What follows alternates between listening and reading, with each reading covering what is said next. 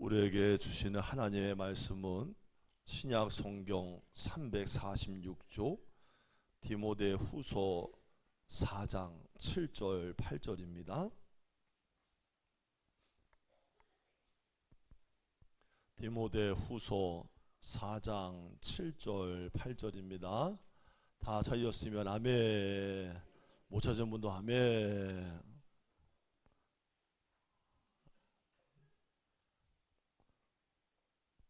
자, 한 목소리 읽겠습니다. 시작. 나는 선한 싸움을 싸우고 나의 달려갈 길을 마치고 믿음을 지켰으니 이제 후로는 나를 위하여 의의 면류관이 예비되었으므로 주 곧 의로우신 재판장이 그날에 내게 주실 것이며 내게만 아니라 주의 나타나심을 사모하는 모든 자에게도니라. 아멘. 자, 광고 말씀 다 나눴고요. 성경 말씀도 읽었습니다. 전우자로 반갑게 한번 인사합시다. 하나님이 우리와 함께 하십니다. 아멘, 아멘. 어떻게 오래간만에 한 2주 만에 보니까 어떻게 좀 달라진 것 같아요? 그대로인 거예요? 더 부었어요? 어떻게 된 거야? 얘기 좀 해보세요. 어떤 것 같아요? 더 까매졌다고요? 멋있었다는 얘기죠. 할렐루야. 받아들이기 나름이지 뭐. 아, 그런 말 있죠. 그 집 나가면은 모두 개고생이요. 개자는 빼고 집 나가면 고생. 또 세계는 넓고 볼 것 많더라. 할렐루야. 아, 고생은 스러워요. 왜냐면 비행기를 탔는데 이게 10시간 12시간을 갈아타면서 가니까 잘만 하면 깨워서 밥 먹으라고 시부렁거리지, 또 잘만 하면 또 뭐라고 또 시부렁거리지. 일어나서 밥 먹으라는 거예요, 계속. 그래서 비행기를 타는데 영화 힘든 건 아니더라고. 다만 이 바울의 여정의 발자취를 따라가다 보니까 마음에 쿡쿡 오는 게 있어요. 아, 우리가 참 편하게 신앙생활하고 있구나, 그 유산으로. 특별히 그 테린쿠유라는 데 가서 지하도시를 들어갔거든요. 지금으로부터 1800년 전에 초기 기독교인들이 그 로마의 핍박을 피해서 지하로 파고 들어갔어요. 그 깊이가 얼마냐면 80 몇 메다가 돼요. 지하가. 들어갔는데 굴마다 이렇게 다니는 통로가요, 한 사람밖에는 지날 수 없어요. 저 같은 사람은요, 찡겨서 다녔어요. 찡겨서. 거길 나왔는데 이현자노님이 눈물이 주르르 흐르시는 거예요. 왜? 초대교회 성도들은 믿음 하나, 뭐 하나? 믿음 하나 지키려고 지하를 파고 그 깊이까지 들어가서 몇 대를 걸쳐 신앙생활하다가 죽고 묻히고 죽고 묻히고 했다는 거예요. 야, 우리의 믿음이 뭘까라는 생각을 깊이 하는 시간이었고요. 성찰하고 회개하는 시간도 가졌어요. 여러분, 신앙은요, 하나님의 복음에 대한 뜨거움이에요. 그리고 그것을 우리만 믿는 게 아니라 자손들에게 그 신앙을 전수하는 거예요. 우리 교회가 이번에 성수제를 통해서 깊은 바울의 믿음을 배웠으니까 우리 교회가 더 뜨거워지고 살아난 역사하게 되기를 주의 이름으로 축복합니다. 아멘. 우리가 지난 성회 수요일부터 시작을 해서 4월 19일까지 사순절을 지나고 있어요. 이 기간에 특별히 살면서 기억해야 될 것이 두 가지가 있습니다. 몇 가지가 있다고요? 두 가지. 하나는 메멘토 모리예요. 같이 한번 해봐요. 메멘토 모리. 들어보셨죠? 이 말은 죽음을 기억하라는 뜻을 가진 말인데 라틴어예요. 고대 로마 시대 전쟁에서 승리한 장군에게는요, 성대한 개선식이 있었대요. 4마리의 백마가 이끄는 전차를 타고 시내를 가로지를 때 길가에 도열된 시민들이 막 손을 흔들면서 그를 환호했던 거예요. 이때 승리한 장군의 전차에다가 노예를 태워서 그 장수의 뒤에서 소리를 지르겠다는 거예요. 바로 그 외침이 메멘토 모리예요. 전쟁에서 승리해서 수많은 시민들의 열렬한 환호를 받는 장군이지만 결국에 당신도 죽을 수밖에 없는 존재라는 것을 잊지를 말라는 의미예요. 한참 들떠 있을 때 당신도 언젠가는 죽습니다, 이것을 말하면서 신 앞에서 겸손하게 살라고 가르쳤다는 거예요. 그리고 우리가 기억해야 될 또 하나의 의미는 너는 흙이니 흙으로 돌아갈 것이니라. 창세기 3장 19절 말씀이에요. 금지된 선악과를 따먹은 아담과 하와에게 하나님이 하신 말씀이죠. 아담과 하와의 불순종의 결과예요. 영생 대신에 본래의 흙의 존재로 돌아가게 된 거예요. 그만큼 인간은 본래 허무한 존재였고 지금도 여전히 그렇습니다. 흙덩이에 불과했던 인간에게 하나님께서 생기를 불어넣으심으로써 창세기 2장 7절에 생명이 된 것처럼 불순종으로 다시 흙으로 돌아갈 인간에게 회개의 기회를 주시고 부활하신 예수님과 더불어서 새 생명 얻는 삶을 살라는 의미예요. 그래서 성의 수요일 5일부터 사순절이 시작됐어요. 여러분, 성의 수요일 보라색깔을 상징하거든요. 같은 보라색을 상징색으로 하는 대림절이 주님의 오심을 기억하고 준비하며 기다리는 것처럼 사순절은 절제와 회개 가운데 부활의 주님을 기다리는 절기라는 거예요. 여러분과 제가 죽음을 기억하라는 그 말을 생각하고 겸손을 배우고 너는 흙이니 흙으로 돌아갈 것이다, 이것을 묵상하면서 흙에 불과한 존재를 위해서 친히 십자가를 지신 예수님 앞에 회개와 더불어 생명 주심에 감사할 수 있는 절기가 되어지기를 주의 이름으로 축복합니다. 여러분, 인간은 죽는다는 것을 아는 유일한 존재라 그래요. 현명한 사람은 죽음을 알고요, 지혜로운 사람은 죽음을 생각합니다. 왜죠? 너나 할 것 없이 언젠가는 다 큰일 날 분들이요. 죽기는 싫어. 할렐루야. 다 죽기 때문이에요. 지난 주간에 열흘에 걸쳐서 튀르키예, 그리스 성지순례를 다녀오면서 수많은 인종의 사람들, 다양한 건축물, 쭉쭉 뻗은 도로와 한없이 펼쳐진 광활한 대지의 길들을 계속 봤어요. 차를 타고 가는 내내 몇 시간 동안 계속 길만 보이는 거예요. 사람, 건축물, 다양한 길, 그 모든 곳의 공통점은요, 그 끝과 마지막이 있었다는 거예요. 여러분, 심리학자들에 의하면요, 사람은 거의 대부분 35살 때부터 죽음에 대해서 어렴풋이 눈을 뜨게 되고요, 생각을 하기 시작을 한대요. 35살 이전의 삶은 인생이 무엇인지를 전혀 의식하지 않고 그저 무엇인가 끌려서만 살아간다는 거예요. 한참 전에 나온 책을 봤더니 당시 지구상에는 전쟁이 없이도요, 자연적으로 1초에 3명, 하루에 3만 명이 죽어갔다 그래요. 자, 그렇다면 나는 언제일까요? 나는 언제일까요? 언젠가는 우리들 차례도 오겠죠.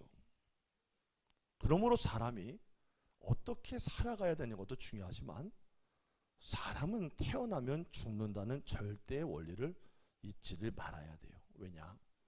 그래야 겸손할 수 있고요, 그 사람의 됨됨이가 바르게 만들어지기 때문이에요. 여러분, 바울도요, 죽음의 목전에 임하게 됐어요. 6절 말씀 보세요.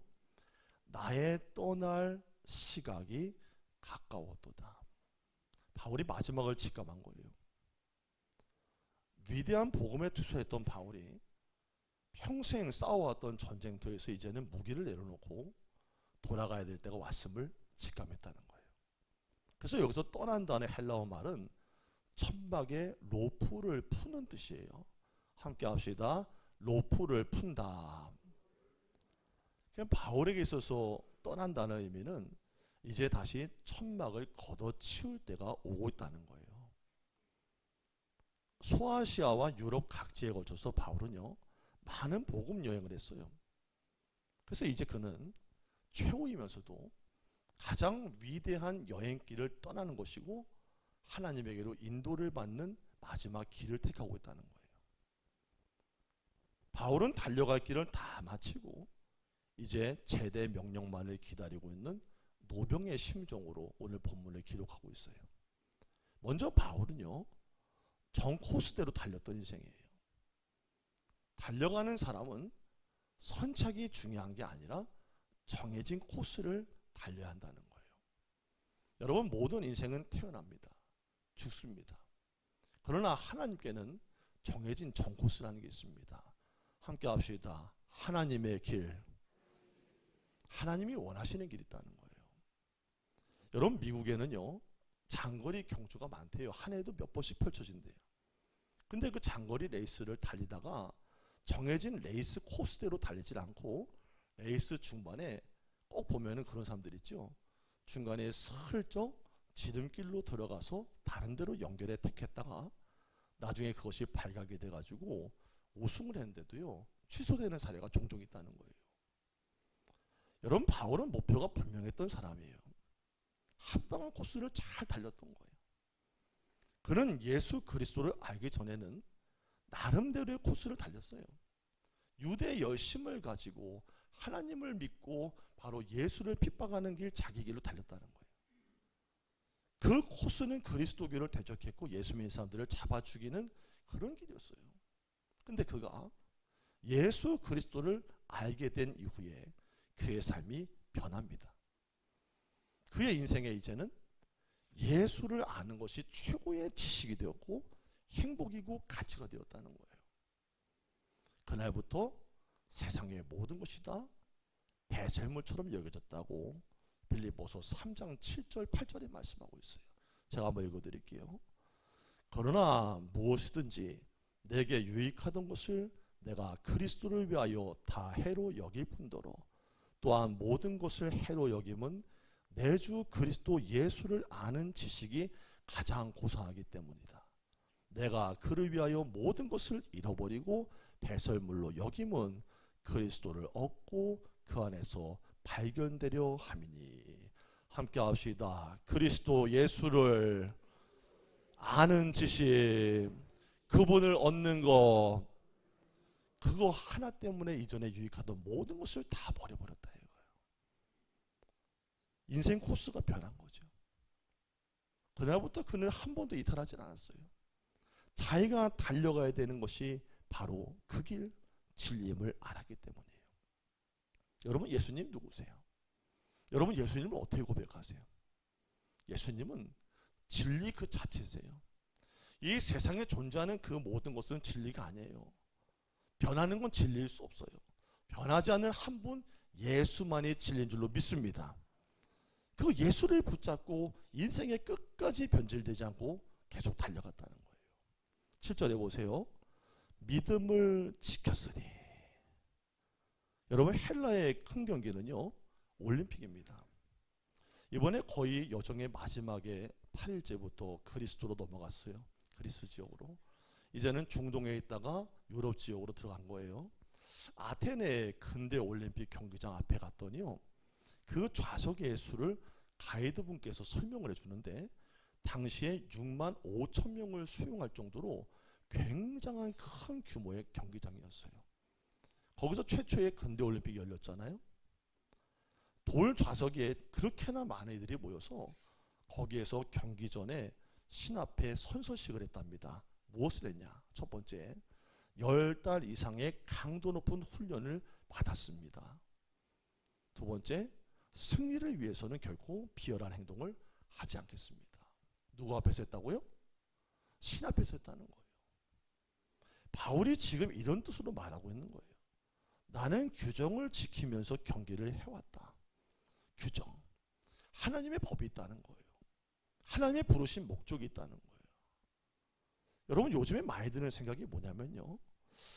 뭐 연세 드신 분들이 생각할 때는 아이고 목사님은 아직 멀었는데 왜 그래요? 그럴 줄 몰라도 요새 많이 드는 생각이 오래 사는 것만이 중요한 것은 아닌 것 같다는 생각이에요. 여러분, 사람들이 뭐에 관심이 많아요? TV만 돌리면은 요새 채널에 뭐 많이 나와요? 홈쇼핑에 뭐 나와요?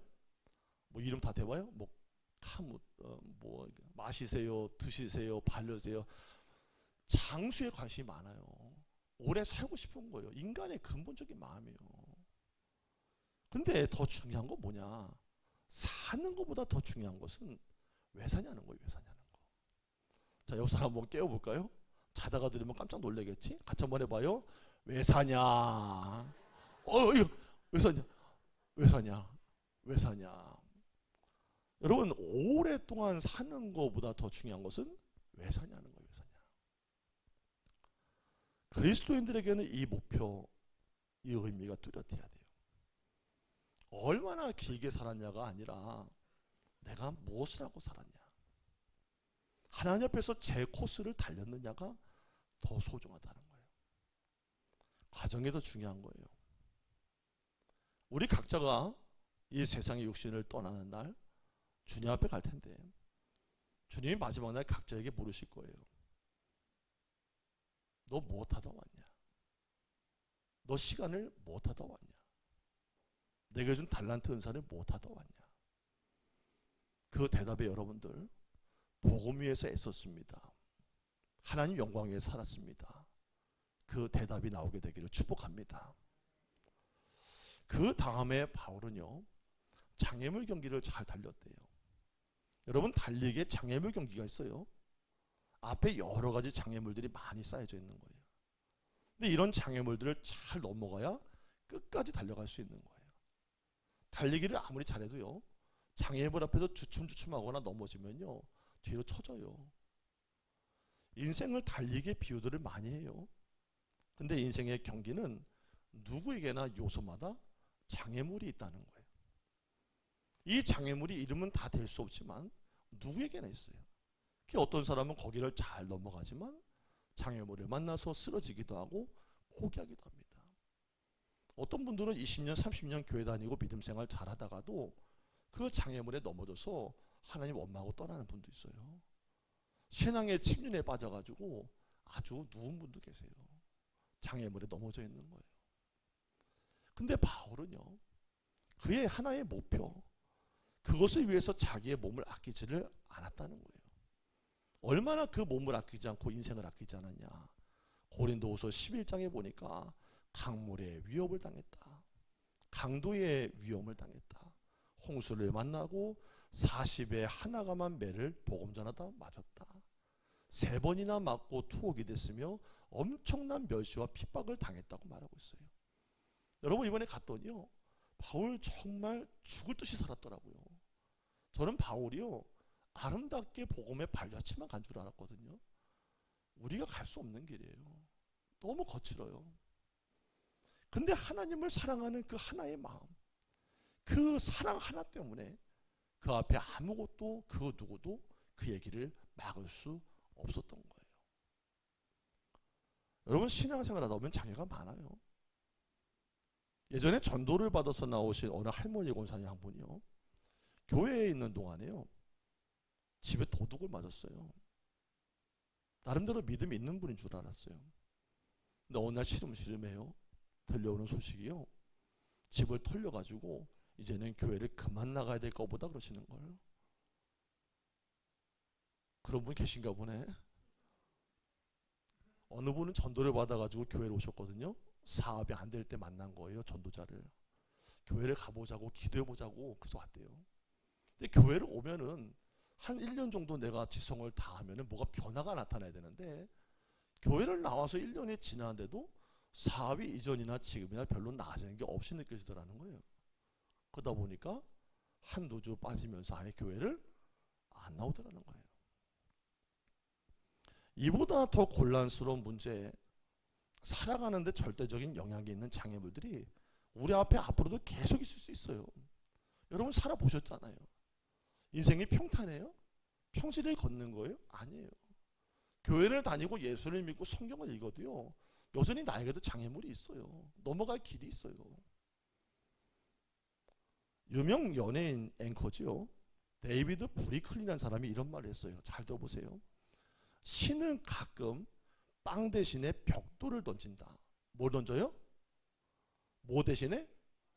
빵 대신에 벽돌을 던지는데, 어떤 이는 원망해서 그 벽돌을 치다가 발가락이 부러지고, 어떤 이는 그 벽돌을 주워다가 주출돌을 삼아 집을 짓기 시작한다 그랬어요. 장애물에 있을 수밖에 없는데, 장애물을 다루는 그 사람의 마음가짐, 그 자세의 모든 것이 달려 있다는 거예요. 자, 마지막입니다. 바울은 장거리를 달렸습니다. 같이 한번 해봐요. 무슨 거리? 장거리. 장거리 달렸어요. 여러분, 달리기 중에서 가장 힘든 게 뭐예요? 장거리요. 제가 초등학교 때 전국체전에 나가기 위해서 인천에서 뽑힌 선수였어요. 당황스러워요? 많이 당황스럽죠? 여러분, 지금은 그래 막 걱정들 하시잖아요. 아, 목사님 많이 드시면 안 되는데. 이번에 여행 갔을 때 그러더라고. 또 드시는 거예요, 목사님? 뭐 그래요. 가서 빼면 된다고. 아, 초등학교 때는요, 호리호리했습니다. 초등학교 6학년 때 170에 가까웠어요, 거의. 달리기 얼마 잘했는데요. 나를 이길 자가 없었다니까요. 그 전국체전에 뽑혀가지고 나갈 정도 선수라서 100m가 주종목이라 단거리 스프린터 엄청 빨랐습니다. 그러니까 맨날 연습은 100m만 하는 거예요. 근데 경기 전날이 되는데 갑자기 주임 교사가 오더니 너한테 그러는 거예요. 너 이번 경기에는 200m를 뛰어야 된다는 거예요. 왜? 걔가 아파서 네가 뛰어야 된다는 거예요. 나는 100m만 죽어 연습했는데 갑자기 내일 200m를 뛰어야 되는 거예요. 나같이 어쩔 수 없잖아요. 그래서 스파이크를 챙겨 신고서 200m를 섰는데 나는 100m 하는 것처럼 하면 될 줄 알았어요. 그러니까 맨날 밥 먹으면 200m 뛰는 애들하고 밥만 먹으면 100m 뛰는 애가 같이 뛴 거예요. 어떻게 했을까요? 100m 뛰는 내가 앞에는 질러 나갔어요. 왜? 나는 빠르니까 100m는 순간이잖아요. 폭파시키고 나서 갑자기 80m 지나는데 갑자기 이렇게 되는 거예요. 왜? 200m들은 처음부터 그렇게 뛰는 게 아니거든요. 구간마다 뛰는 그게 있어요. 호흡이. 빨리 뛰어나간 나는 지쳐가지고 200m 들어오는데요. 쓰러지겠더라고. 여러분, 하물며 1000m, 5000m, 1000m 경기는요. 그 구간마다 달리는 습관, 조절 능력이 있는 거거든요. 여러분, 마라톤 선수들은 2시간 이상을 쉼없이 달려야 돼요. 단거리는 비록 꼴찌가 되더라도 고생은 하지 않아요. 왜? 100m 봐요. 순간 뛰고 10초면 다 끝나. 뭐 1등이든 꼴등이든 상관없어. 경기의 결과만 문제지. 근데 장거리는요, 끝나고 끝까지 달리고 꼴찌까지 하니까 이게 얼마나 억울하고 미칠 노릇이에요. 1000m를 다 달리고 들어왔는데 꼴찌야. 이거 환장할 노릇 아니에요. 여러분, 바울은요, 그 먼 장거리를 달려갔다는 거예요. 그가 복음을 증거하러 돌아다닌 거리가요, 대략 32,000km래요. 얼마라고요? 놀라지도 않네. 여기 보면 와 할 거라고 했는데 32,000km를 걸어다녔대요. 이번에 가봤더니요, 걸은 게 평시가 아니더라고요. 산길을 따라서 협곡을 따라 그렇게 걸어 넘어온 거예요, 산을. 32,000km. 여러분, 지구의 둘레가 얼마예요? 얼마? 지구의 둘레가 4만 킬로예요. 바울이 32,000km를 복음 때문에 걸어다녔다고요. 여러분, 서울에서 파리까지의 거리가 직선으로 9,000km예요. 어마어마한 거리. 가히 놀라운 열정이라고 할 수 있어요. 바울은 수고가 그만큼 컸고요. 죽을 만큼 고생을 했던 거예요. 자, 그러면 우리가 예수 믿는 것은 바울과 달라요? 우리가 예수 믿는 것은요, 개나리 보찜지고 컬솔 걸어다니는 나들이길이 아니라는 거예요. 먼 거리를 달려가는 거예요. 한 주간 동안 짧은 시간 안에 성자로 살아가는 건 누구나 할 수 있어요. 그러나 일평생 성자로 살아가고 일평생 예수 말씀 따라가는 건 그만큼 어려운 거예요. 장거리는 빨리 달린다고 되는 게 아니에요. 제 코스로 달려야 되고요. 같은 페이스로 계속 달려가야 되는 거예요. 여러분, 누구나 짧은 충성을 할 수 있어요. 근데 오래 충성은 쉽지 않은 거예요. 그런 의미에서요, 한 교회 공동체 안에 오랜 세월 섬기고 헌신하신 분들은 여러분들이 존경하는 마음을 가져야 돼요. 왜? 그 교회를 위해서 그만큼 세월을 들였기 때문인 거예요. 산을 올라갈 때보다 내려올 때가 더 어려운 거예요. 분명히 인생에서도 어려운 것은 그 끝이고 그 종말입니다. 어떤 저명한 의사가 자서전을 자꾸 쓰라는 주변 사람들의 권고를 받아요. 그래서 그가 이런 말을 했대요. 나는 많은 주변 사람들이 그 마지막 한 바퀴에서 낙오하는 것을 보아왔다. 극구 사용을 했어요. 여러분, 장거리에서는요, 마지막 한 바퀴가 중요한 거예요. 마지막 한 바퀴. 바울은 상급이 있음을 믿었답니다. 달리기 선수들은요, 왜 오랜 훈련과 그 수고를 마다하지 않을까? 그들은 면류관을 기대하기 때문이에요. 언젠가 우승을 하고 꼬린 지점에 테이프를 오른손으로 탁 치는 그 영광스러운 날들을 기약하면서 오늘 죽을 것 같이 힘들지만 여기에서 최선을 다해서 달리는 거예요. 헬라의 경기 중에서 가장 큰 상이 월계수관이었대요. 월계수관을 받는 것을 최고의 영예로 알았다는 거예요. 바울은 복음을 전하러 다니면서 힘들고 어려울 때마다 상 주시는 이가 계심을 믿었습니다. 같이 한번 해봅시다. 상 주시는 이심을 믿었느니라. 히브리서 11장 26절에 보니까 믿음의 사람들의 전당의 이야기가 쭉 나와요. 누가 믿음으로 하는데 상 주시는 이를 바라봅니다. 그 상은 월계수관이 아니에요. 월계수관은 아무리 화려하게 엮어줘도요, 며칠이 못 가서 시들어버려요. 세상의 명예나 상급은 다 그렇습니다. 여러분, 이 세상에서 복음 때문에 당하는 어려움, 여러분의 힘듦 때문에 자꾸 사람 앞에서 무언가를 얘기하고 인정받으려고 하고 원망하지 마세요. 이 땅의 모든 것들을 아무리 받아봐 이 땅이에요. 위로와 상급과 칭찬은 오로지 하나님께로부터 받기를 축복합니다. 하나님께서 주시는 것은 월계수가 아닙니다. 면류관이에요. 그래서 바울은 그 영원히 사라지지 않을 면류관을 바라봤기 때문에 그 모진 외로움과 고통을 다 견뎌낼 수 있었다고 말하고 있어요. 이 땅에 있는 모든 그리스도인들에게는 상급이 예비되어 있습니다. 그 상급은 하나님이 주시는 거예요. 채점의 기준도 하나님이에요.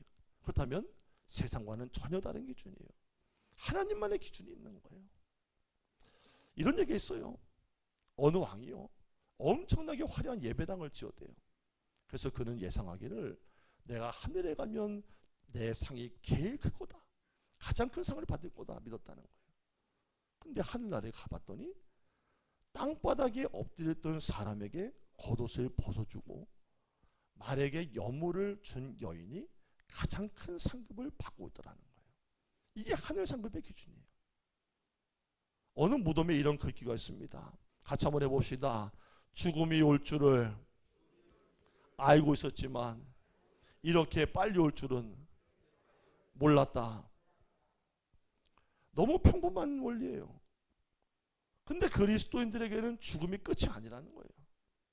죽음은 오히려 상급을 받기 위해서 하나님에게로 떠나는 여행이다. 멋있죠? 멋있으면 아멘. 상급을 받기 위해서 하나님께로 가는 여행이다. 할렐루야. 바울이 뭐라고 표현해요? 떠난다. 여러분, 동물을 달구지나 쟁기에서 벗긴다는 뜻으로 쓰인 말이 바로 바울이 쓰는 나는 떠난다는 거예요. 그럼 바울에게 있어서 이 땅의 죽음은 인생의 온갖 노고에서 그를 쉬도록 하기 위해서 멍에를 벗겨주는 것에 불과했다는 거예요. 얼마나 삶이 어려웠고 복음 때문에 힘들었으면 그 날을 그렇게 고대했을까 싶은 거예요. 바울은 이제 자신의 믿음으로 낳은 아들 디모데에게 이렇게 말하고 있습니다. 디모데야, 나의 종말이 가까웠다. 그리고 나는 나의 보답을 받으러 간다는 것을 알고 있다.